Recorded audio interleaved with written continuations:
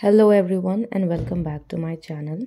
In today's video, I want to draw something very different and unique, and I hope it will turn out well. So I'm thinking of drawing a blue rose bouquet.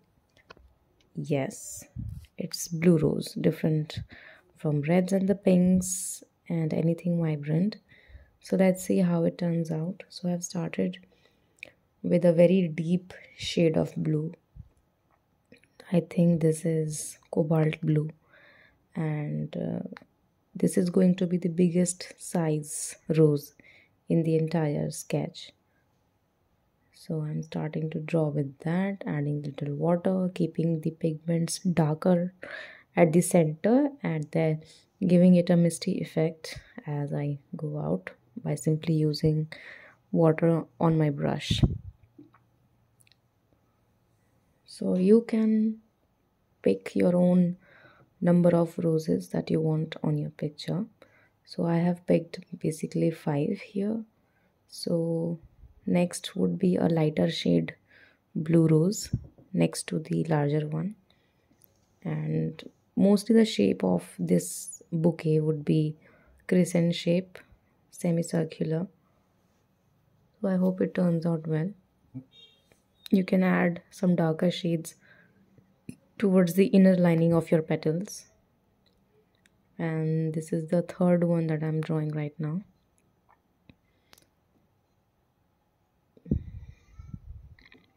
Try to leave some white spaces in between when you draw rose petals. It gives a nice effect to it, and be patient with your brush.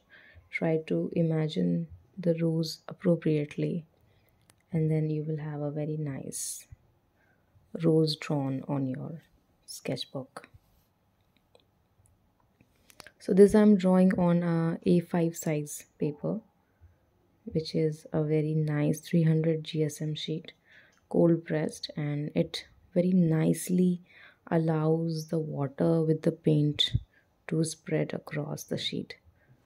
So my third rose is also almost ready, and I'm again using deep blues in the inner lining of the petals to give it a nice effect.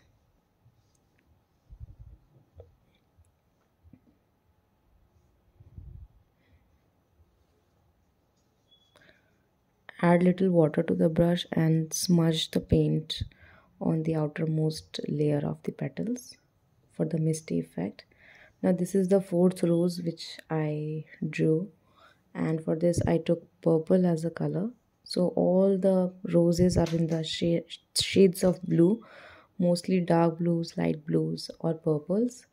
So this was really fun to create. It allowed my imagination power to explore completely. So after once the roses are dry, you can again add some darker shades to give it a proper effect. So I think my 4 roses were done. Now it was time to move on to the last and the fifth one, which I again thought a purple would be better. So that's the last rose on my drawing.